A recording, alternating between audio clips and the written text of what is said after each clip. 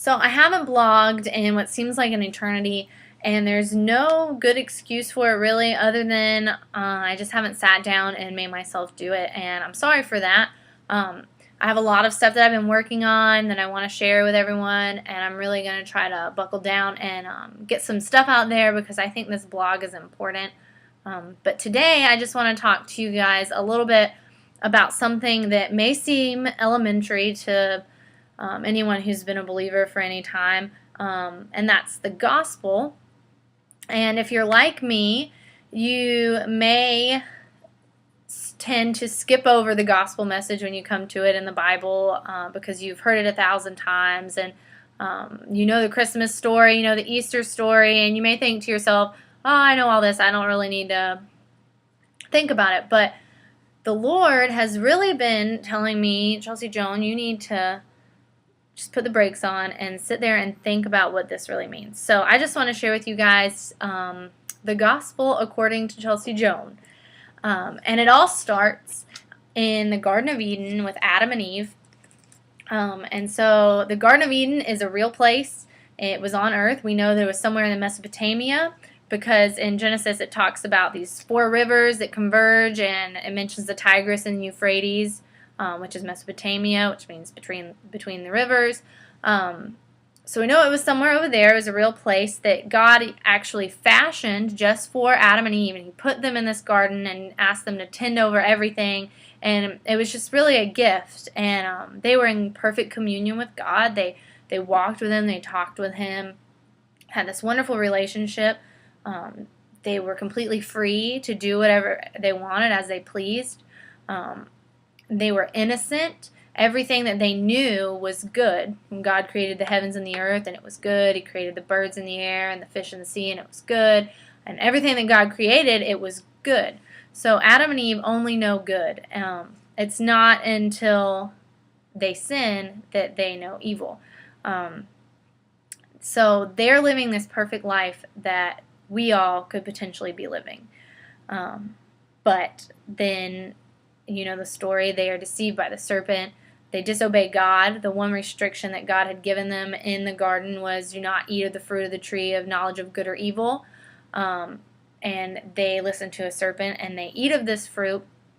I think it's important to realize that it's not the fruit that was evil, that it was their action that was the sin, that God said not to do it and they disobeyed, that there's not an apple out there that if we eat it, it's evil devil fruit. But it's the fact that God said, don't do this, and out of their free will, they willingly chose to disobey God. And God had said, do not eat of it, or surely you will die. And in the ESV translation, He said, on the day that you eat of it, you will surely die.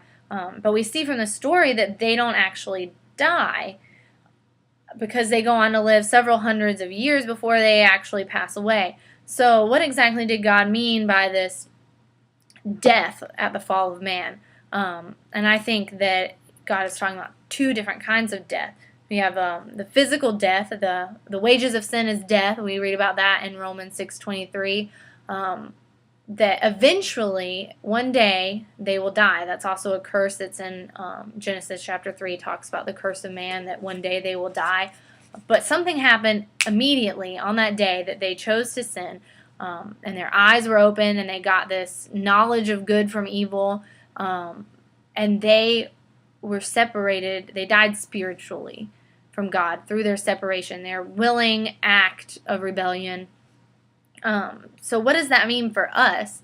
As direct descendants of Adam, we have a sin nature imputed in us. Because Adam sinned, and then his children had Adam's sin, and then they sinned more, and then their children, and generation after generation after generation, we are all sinners. For all have sinned and fall short of the glory of God, Romans 3:23.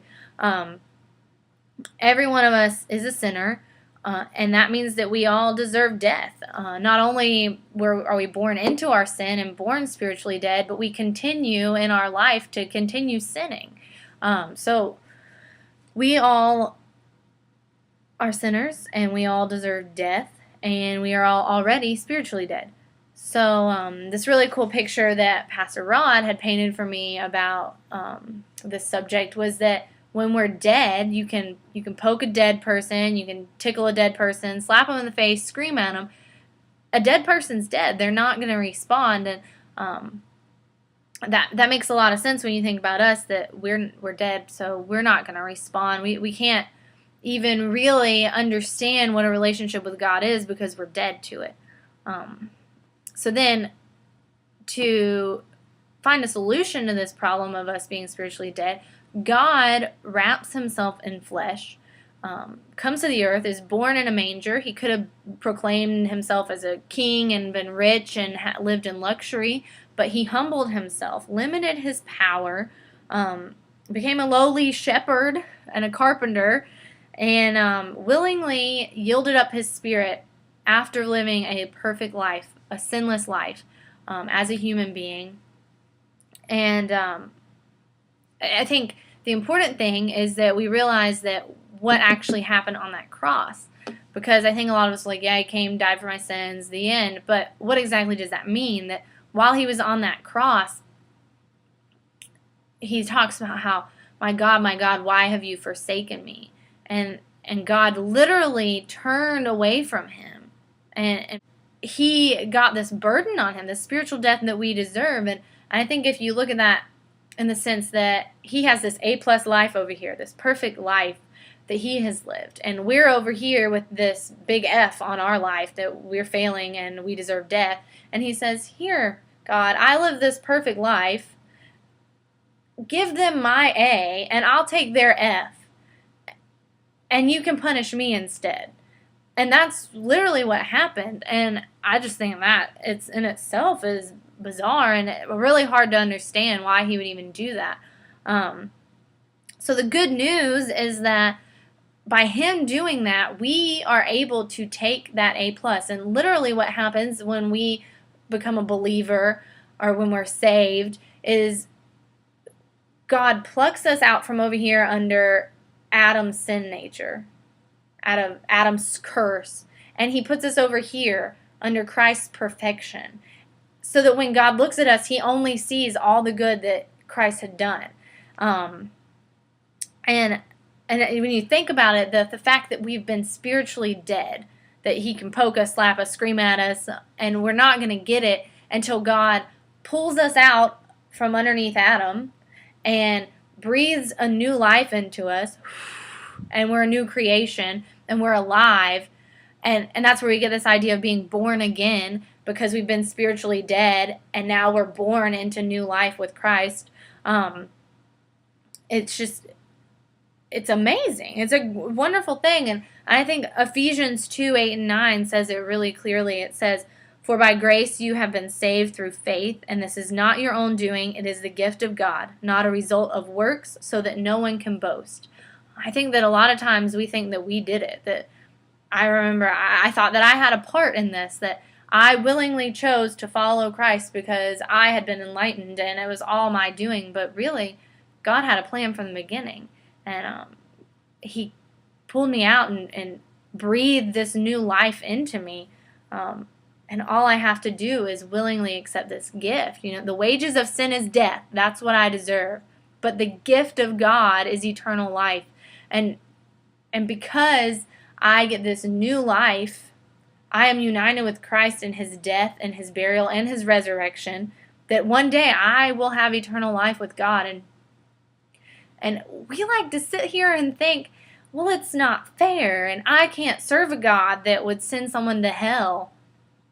Why not?